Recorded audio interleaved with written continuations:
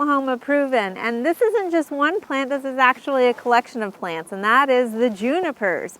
Behind us here we have a Taylor juniper. This is Junipers virginiana, which is also the same genus species as our eastern red cedars that we often see growing around Oklahoma. Now, this is a cultivar called Taylor, and it was actually discovered in Taylor, Nebraska.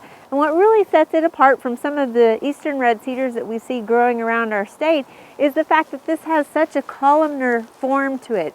You can see it stays pretty tight and narrow, only growing a couple of feet wide, but it'll reach a height of about 20 feet. So it's really an ideal plant to kind of punctuate the landscape, and it works well in small spaces. Now, there's several junipers that you can add to your garden, and junipers grow anywhere from 20 inches tall to 20 feet tall. One of the most gold foliage junipers that you can add to your garden is one called Saybrook Gold. This juniper gets to be about 30 inches tall, but will have about a 6-foot wide spread on it. Now, most junipers do well in a range of soils, and they're also pretty drought tolerant once they're established.